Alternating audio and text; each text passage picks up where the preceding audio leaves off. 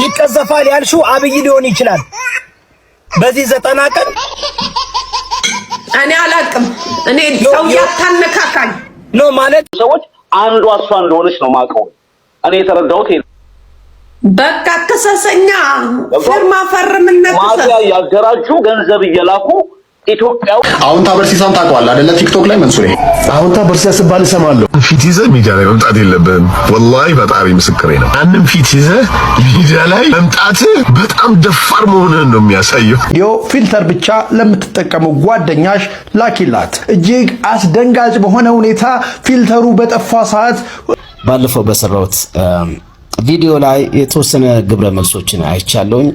እንግዲህ በአራት ፖይንቶች ላይ የኔን ሐሳብ አሁን ታበርሲሳን ታውቀዋል አይደለ? ቲክቶክ ላይ መንሱሬ አሁን ታበርሲሳ ሲባል እሰማለሁ። ፊት ይዘህ ሚዲያ ላይ መምጣት የለብህም። ወላሂ በጣም ምስክሬ ነው። አንንም ፊት ይዘህ ሚዲያ ላይ መምጣት በጣም ደፋር መሆንህን ነው የሚያሳየው። እሱ ስለፊት ያወራል።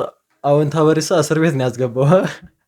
ብሶ በጣም ገርሞታል በዚህ ጉዳይ። እሱ እዛ ጋር በጣም እንትን ይለው ነበር። በዚህ ፊት ቲክቶክ ላይ ምን ሰራለህ ምናምን። አሁን ታበርሲሳ ተከታትሎ ነው በቃ እስር ቤት ያስወረወረውና በጣም በቃ ብዙ ሰው ያደነቀው ነው።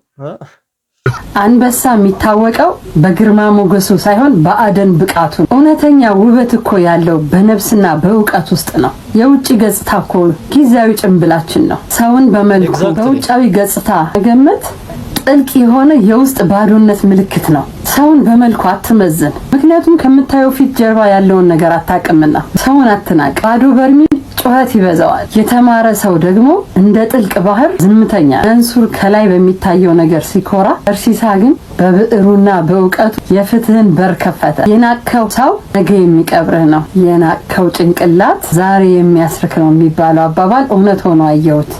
ሺህ ጊዜ ብታምር እውነትና እውቀት ከሌለክ ባዶ ነህ። ሺህ ጊዜ ብትናቅ እውቀትና ማስተዋል ካለ አንተ ሁል ጊዜ ጀግና ነህ። ዝምታ ፍራቻ መሰላቸው፣ ትህትናክ እንቁርና መሰላቸው፣ ግን አላወቁም።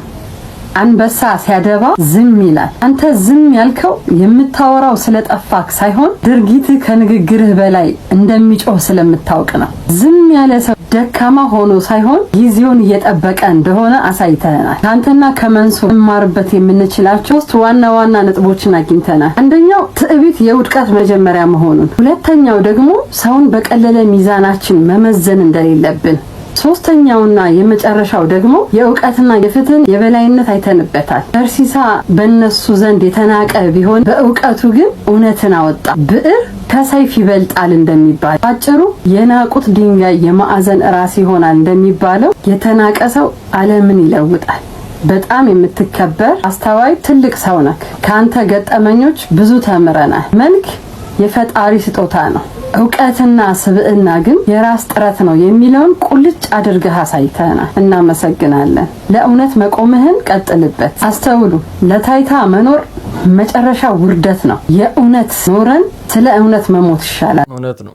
መንሱር ግን ስንት ሲለው ነበር እኮ አሁን ታበርሲሳ ማን ነው ሲባል የባንክ ቴሌብር ቁጥር አስቀምጦ ብር የሚጠይቀው በዚህ ፊት እንዴት ቲክቶክ ላይ ትመጣለህ ስንት ሲለው ነበርና በጣም በቃ አሁንታ በቃ ይመቸው። ተከታትሎ እስር ቤት ነው ያስወረወረው። ቪዲዮ ፊልተር ብቻ ለምትጠቀሙ ጓደኛሽ ላኪላት። እጅግ አስደንጋጭ በሆነ ሁኔታ ፊልተሩ በጠፋ ሰዓት ሪል ፊቷ የተጋለጠው ቲክቶከር አካውንቷ ባን እንደተደረገ እየተነገረ ይገኛል። እጅግ አነጋጋሪ የሆነው የዚህ የፊልተር ጉዳይ በርካታ ሴቶች በፊልተር ውጭ ራሳቸውን ማሳየት አይፈልጉም። በቅጽበት ውስጥ ግን ፊቷ ሲታይ በርካቶች አንድ ሰዓት ውስጥ ብቻ 140 ሺህ ሰዎች አንፎሎ ሲያደርጓት አሁን ደግሞ ቲክቶክ አካውንቷን ባን እንደተደረገ እየተነገረ ይገኛል። በርካቶችን ይሄ ታሪክ አንድ ጃፓናዊት ታሪክ ነበረና አሁን ወደ ኢትዮጵያ አምጥቷታል፣ ወደ ዲቦራ ወደምትባለውና እሷም ከትናንት ነው ምናምን ላይ እንደዚህ ሆና ነው እንደ ድንገት ፊልተሩ ጠፋና ትክክለኛ ፊቷ ታየ። ግን ያው ምንም አትልም እኮ ግን ቆንጆ ነገር ናት። ግን ያው በመልካቸው ያፍራሉ መሰለኝ። በጣም ፊልተር ያበዛሉ። በጣም አላ ፊልተር የመጨረሻው ደረጃ ፊልተር በቃ እሱን ነው የሚጠቀሙትና እንደ ድንገት ጥፍት ካለ በቃ የሆነ ወንድ ጎረምሳ ነው የሚመስሉትና በጣም ፊልተር ብዙ አታብዙ። አብዛኞቻችሁ እኮ ቆንጆ ናችሁ፣ ግን በቃ ፊልተር አታብዙ። አዶናይ ታርጌት የተደረገበት ምክንያት እሷ የነከሰችበት አሁን እሷ የተናገረችበት ንግግር ከኢንጂነር ስመኘው ጋራ ኮምፔር ልታደርገው የቻለችበት ምክንያት ምንድነው? ኮዙ ምንድነው የታሰበው? ኢንጂነር ስመኘው ሌላ ሰው ነው፣ የተገደለበት ኢሹ ነው። ገዳዮቹ እስካሁን አልታወቁም። ስለዚህ እኔ የተረዳሁት ከሷ ውጭ ሀገር ላይ ገንዘብ እያሰባሰቡ ኢትዮጵያ ውስጥ ማፊያ እያደራጁ ሰው የሚያስገድሉ ሰዎች አንዷ እሷ እንደሆነች ነው ማቀው። እኔ የተረዳሁት በቃ ከሰሰኛ ፊርማ ፈርምነት ማፊያ እያደራጁ ገንዘብ ደግሞ ኮንፊደንሷ እኮ ነው ያያችኋት ነው። ድርቅ ያለች ናት። በቃ የላኩ ኢትዮጵያ ውስጥ እኔ እናንተ ምናልባት እኔ እናንተ እንደሰው ለምሳሌ አዶናይ ነገር ልናዝን እንችላለን። ከዛ በኋላ ይረሳል። ሌሎቹም ተረስተዋል። ገብቷል? ተረስተዋል። ስለዚህ ሰዎች በእንደዚህ አይነት ሁኔታ ኢትዮጵያ ውስጥ ሁሉንም አንተም ታውቃቸዋለህ፣ እኔም እናውቃቸዋለን። እስካሁን ድረስ ግን ፍትህ ለነዛ ሰዎች አልተገኘም። ስለዚህ አደገኛ ማፊያ የሚያደራጅ ገንዘብ እየላከ እያደራጀ በጣም እጅግ ሴኩሪድ በሆነ ሁኔታ ሰዎችን እንደሚያስገድሉ ከሷ ንግግርና ከሷ አንደበት ተረድቻለሁ። ስለ ሀጫሉ ገዳይ በደንብ ታውቃለህ። እሱ ወደፊት የምታወጣው ይሆናል። እሱ ወደፊት ጊዜና ወቅት ከሰጠን እድል ከሰጠን እሷም ካለች በህይወት እኛም ካለን በህይወት እኛም እንጠብቃለን። እሷም አንድ ቀን ታወጣለች። በህይወት መቆየት ምን አስፈለገው? እኔ መምጣት እኮ እችላለሁ። ላውራ እኔ መምጣት እችላለሁ። ምንድነው? ባለፈው እኮ ገብቼ እኮ ነው የወጣሁት የዛሬ 3 ወር። እኔ በደንብ ነው ማቅሽ። እጅሽ በጣም ረጅም እንደሆነ በደንብ ነው ገብቼ እኮ ነው የወጣሁት። እኔ በደንብ ነው ማቅሽ። ሰዎች አንቺ አሁን በምታወሪው ደረጃ ላያቁሽ ይችላሉ። እኔ ግን በደንብ አቅሽ። አንድ ወር የቀረው ጊዜ ተፈጸመ። አንዴ ከማጋ እንደምትሰሪ ከነማ ጋር እንደምትደዋወይ ከነማ ጋር ማንን እንደምታደራጅ ኢትዮጵያ ውስጥ ምን አይነት እንቅስቃሴ እንደምትንቀሳቀሽ በደንብ አድርገን ነው የምናቅሽ። ነው የኦሮሞ ልጆች ለዛው ማደራጃለሁ።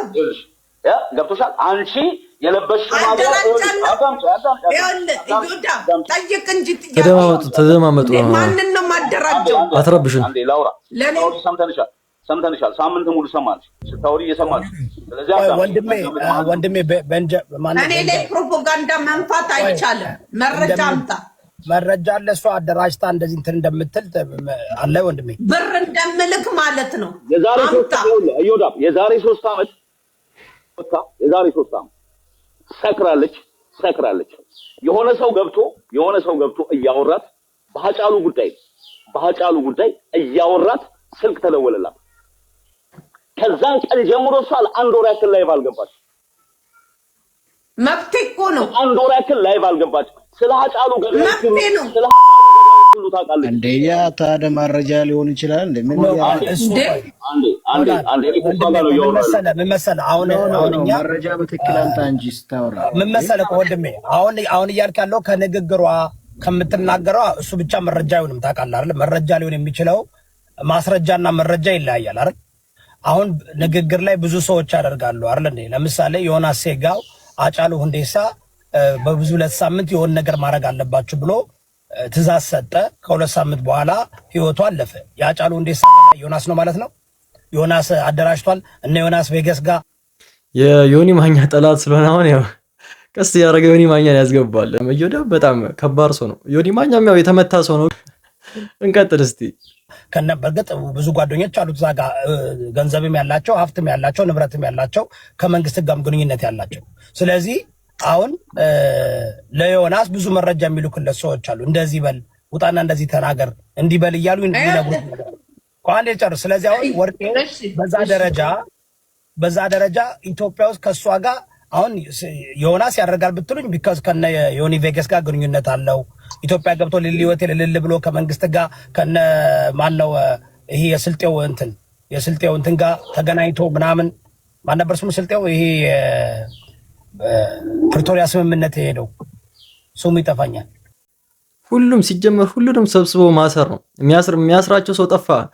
ዮዳብ ዮኒ ማኛ ምናምን ያለችው ትዝ ካላችሁ የጃኒ ላይቭ ላይ መማር ገብታ ብዙ ሰው እቃ እንላክላት እያሉ ነው ጃኒ ብላ መማር ካስታወሳችሁ እሱም ቪዲዮ ካገኘው አመጣዋለሁ። መማር የጃኒ ላይቭ ላይ ሄዳ ብዙ ሰው ሲያገኙኝ ምን እንላክላት እያሉ ነው ብላ ለጃኒ ጠይቃ ደስ ያላችሁ ላኩ ብላ ነበርና እኔም ሬስቶራንት ሲሄድ የሆነ ቦታ ሲሄድ ሁሉም ሰው ይጠይቀኛል። ምን ትፈልጋለች ጠይቂያት፣ ምን እንላክላት ጠይቂያት የሚሉን እራሳቸው ናቸው።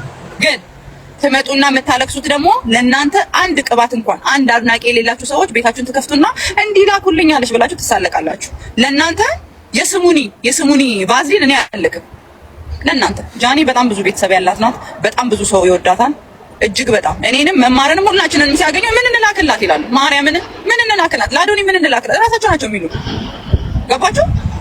አንተ አለ አይደል እንደ ሙጀሊያ ምንም የማይላክልህ ማታ የበላበትን ትሪ እንኳን የምታጥብበት አጃክስ ሳሙና የሌለ ድንጋይ ራስ። ኧረ በስመ አብ ቱቱቱ ኧረ ፌኒኮ አካሜኒ ቆንጆ አንተ ሙጀሊያ አንተ ለጃኒ ቱታላኪ ምናምን ትላለህ እንዴ? ሀብታም ሰፖርተር አላት እዚህ ሬስቶራንት ምናምን ያላቸው ምናምን ልንገርህ እንዴ እንትን ነው። ጃኒም በዛ ሰዓት ለብሶ ያናደደው አትግደረደርም የኮንፊደንሷ እንዴት ነው ነገር ብሎ ነው የገረመው። ትንሽ እንኳን አትግደረደርም እንዴ አረን ያልፈልግ ምናምን እንደምን አትልም ብሎ ነው ሰው ብዙ ሰው የተናደደው። እሷም በቃ እንትን ላኩልኝ ይሄ ላኩልኝ በቃ ዝም ብላ የጠራች ነበርና ሰው በዛ ገርሞት ነው እንጂ በሌላ አይመስለኝም። አንዳንዶቹ አሉ በቅናት እዛ ላይቭ ላይ እንደሰማችኋት ናት እንትና እቺ ላይቭ ላይ ቁጭ ላይ የምታወራዋ እሷ እንደሰማችኋት ነው። እሷ ቅናት ነው ለእሷ ማንም ስለማይልክላት ቀንታ ነው። ሌሎቹ ግን የጃኒ እንትን ነው አለመግደርደሯ ነው የገረማቸውና በሌላ አይደለም። ይቀዘፋል ያልሽው አብይ ሊሆን ይችላል በዚህ 90 ቀን እኔ አላቅም። እኔ ሰው ያታነካካኝ ነው ማለት ሆነ ኦሬዲ እሱ ምንም እንዳይደረግ እንትናን አዘጋጅቷል። በውጭ ያሉትን የዞረ አሁን ዲሲ ለምን ወይ ዋሽንግተን ዲሲ ከሰነተሮች ጋር እየተነጋገረ ነው የሚባል ሰምቻለሁና እሱ ደግሞ ቲፒኤልኤፍ ደግሞ በጣም ኃይለኛ እንትን አላቸው እዛ በጣም ባዶ እዛ ውስጥ ሰነተር የሆኑ የትግራይ ተወላጅም አለ። ደንቨር ኮሎራዶም አንድ የትግራይ ተወላጅ ሰነተር አለ። ስለዚህ የሆነ ወይኔ እኔ አላቅም እኔ ወርቄ አላቅም ይሄ የወርቅ እኔ አላቅም ይሄ ከባድ ነው።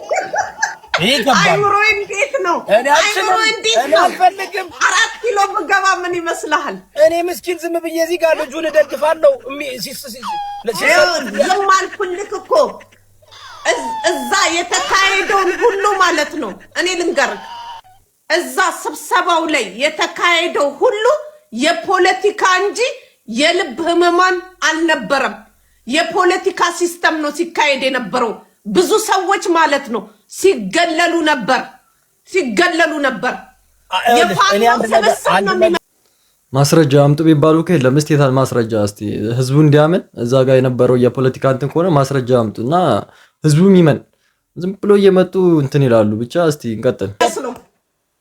አንድ ነገር ይኸውልሽ ወርቄ የሃርት ቱ ሃርት ቺልድረንስ ኤድን አናግራቸዋለሁ፣ አይቻቸዋለሁ። እነሱ ችግር የለውም ግን እዛ ፕሮግራሙ ላይ የኛ ሰው ነበረ። እሱ ምልክት እሺ ስጪኝ ምልክት ልስጥ የፋኖ ማለት ነው የፋኖ የገንዘብ ስብስብ ይመስል ነበር። ይሄን ካልኩክ ይገባሃል። መማር ስለሄደች ነው አይደለም። አንተ አይገባህም። እንትናም እኮ እንደዛ አለች። ማነው ስሟ? ቲቲም እኮ እዛ ጋር ሲሄድ የፋኖ ገንዘብ ማሰባሰቢያ መስላ ስትናገር እኔ ግራ ገባኝ። እንዳሉ ጉራጌና ትግሬዎች ነበሩና ፖለቲካ አዶናይን በቃ ሊያስበሉት እኮ ነው በቃ እየሞከሩ ያሉት። ኧረ እነዚህ ሰዎች በጣም እኮ ተንኮላቸው በጣም ከባድ ሰዎች ናቸው። በጣም እነዚህ አዶናይን እዛ ጋር በቃ በፖለቲካ ጋር ያገናኙት ነው ያሉትና እስቲ እንስማቸው። እስቲ ጋር ኦሮሞዎች አልነበሩ። ኦሮሞዎች እና አለቅላቂ ነበሩ። ማናት ያቺ ማን ነበር ስሟ? እሷ እቺ ጠጆ እሷ ተዋት። እሷ ዝም ብላ ሸከማቁታት ታስብናት። ተዋት፣ እሷን ተዋት እና ማለት ነው። ይሄ ነው ሲስተሙ። የስ ፖለቲከኛ ነው አለቀ። ፖለቲከኛ ነው። እኔ በጣም ገርሞኛል። this is ለኔ እንደዚህ አልተረዳውም። እኔ አዶናይ ከፖለቲካ ነፃ ነው ብዬ ነው የደገፍኩት። አሁንም እኔ አሁን አዶናይን ስደግፈው ስቃወም መጀመሪያ በፖለቲከኛ መስሎ የተቃወምኩት። ከዛ በኋላ እኔም ራሱ ከፖለቲካ ነፃ ነው ብዬ ነበር፣ ግን አይደለም። ሚስጥራዊ ታክቲካዊ ማለት ነው። ፖለቲከኛ ነው። እሱ ላይ ነው ተስፋቸው። ለዛ ነው ሁሉም የሰሜን ፖለቲከኛ ማለት ነው። የትግራይ የብሔር ፖለቲከኞች ዝም ብሎ ማለት ነው ማርያም ማርያም እያሉ እየጠበቁ ያሉት እያታለለ ነው። በዚህ በኩል ሄደ በዚህ በኩል መጣ እያሉ ተስፋቸውን ኢየሱስ ክርስቶስን እየጠበቁ ነው። አሁን እሱ ሳያውቅ እየተጠቀሙበት ቢሆን ያቃል ምን ብሏል መሰለ? የሆነ ቃለ ምልልሱ ላይ ሪፖርት እያረጉብኝ ነው። ምን ብሏል መሰለክ? ይኸውልህ ምን ብሏል መሰለ? እያንዳንዱ ነገር እያወቅኩ ነው ማደርገው፣ በእቅድና በዓላማ ነው መንቀሳቀሰው ያለው ቃለ መጠየቁ ላይ ነው። አዶናይ ስፒድ አድርጉ ሪፖርት መጥቷል። ታፕ አድርጉላችሁ ታፕ አድርጉ። እኔ ግን አያውቅም ልጅ ለምን እንደሆነ ታውቂያለሽ? ልጁ ስላልተማረ እንደገና ደግሞ መፈመስ ስለሚፈልግ ገንዘብ ስለሚፈልግ ሰገጤ ስለሆነ ኢቭን አካባቢውን ለምሳሌ የቀረቡትን ሰዎችም ራሱ ታዲያ ለምን እንደዛ ይዋረዳል? እንደዛ ከሆነ ለምንድን ነው ታዲያ የእናቶች ፕሮግራም እስከሚመስል ድረስ ለእንትኑ ያልመጡለት? እኔ እንደሚመስለኝ ልጁን እየተጠቀሙበት እያሳሳቱት፣ እሱ ደግሞ ያው ወጣት አይደለ ገንዘብ ነው። ጅላቱን ማንም እነሱ ማለት ነው ጥፍራቸውን አሳልፈው አይሰጡም። አታውቅም? ሌላው ብሔር ስላልመጣ ነው ማሳመን ነው። እኔ ደግሞ ልንገርሽ ለምን እንደዛ እንዳልኩኝ። አሁን እሱ ሞር እንዲያውም ካስታወሽ ለእጸጽ ገንዘብ ሰብስቦ ለብልጽግና መንግስት ነው የሰጠው 20 ሚሊዮን ሰብስቦ። አልሰጠም ለብልጽግና አልሰጠም። መንግስት ማለት ነው ሌላ ስራ የላቸውም ማለት ነው። በቃ አዶናይ ለመጣል የሚሄዱበት ርቀት በጣም በቃ ይገርማል። አሁን ህዝቡ አንድ ቀንም ፖለቲካ ውስጥ ሲገባ አዶናይን አላየም ህዝቡ።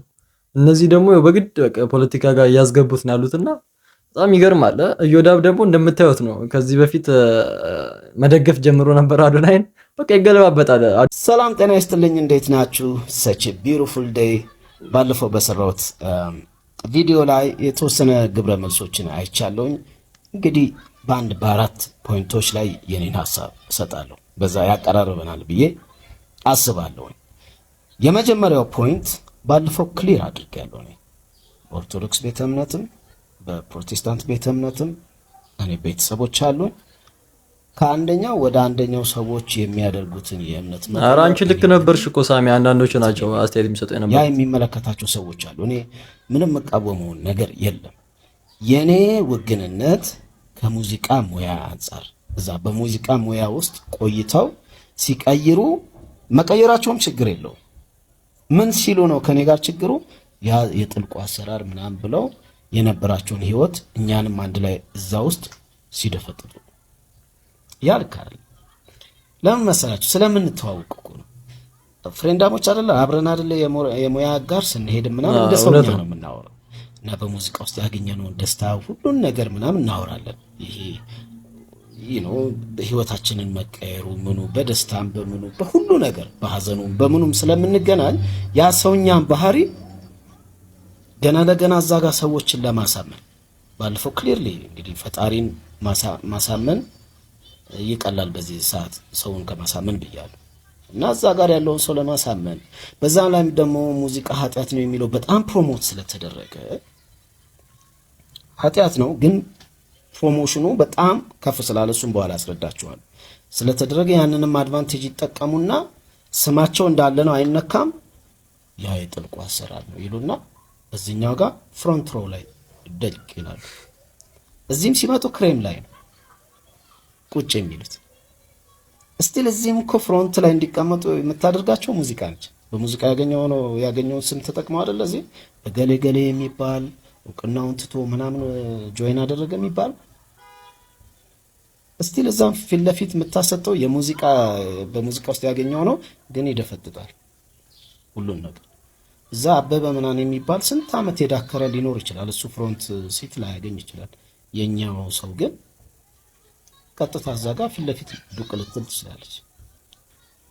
ስለዚህ ያንን እንኳን እንደዚህ እንኳን የምታደርግን የጥበብ ነገር ሙዚቃን መደፍጠጥና አብሮ ሁሉን ነው ያን ሁለታውን ምኑን መርሳት። ሁለተኛ ነገር እዚህ ውስጥ ራሱ ብታዩት ለምሳሌ እነዚህ ሰዎች በቃ ይሄ የጥልቁ አሰራር ነው የጨለማው ስራ ነው ካሉ ያፈሩትን ንብረት ይሄ የአእምሮ ንብረት ሁሉን ነገር እንዳለ ደግሞ ሙሉ ለሙሉ ማጥፋት አለ መልሱ ወይ ለእንድሰጡ ትክክል በፊዚካል ይሄ ቤት መኪና ምን ገንዘብ ግን በኃጢአት የመጣስ ነው ደግሞ ቢያቃጥሉት ይሻላል ተከተለኛ አይደል የሚለው አያደርጉ ለምሳሌ አዳዲስ ዘፋኞች በቃ ዘፈናችሁን ያው እናንተ ኦሬዲ ስለተዋችሁ ብለው ድጋሚ ሰርተው ሊጠቀሙ ሲሉ እኮ ይካሰሳሉ አብዛኞቹ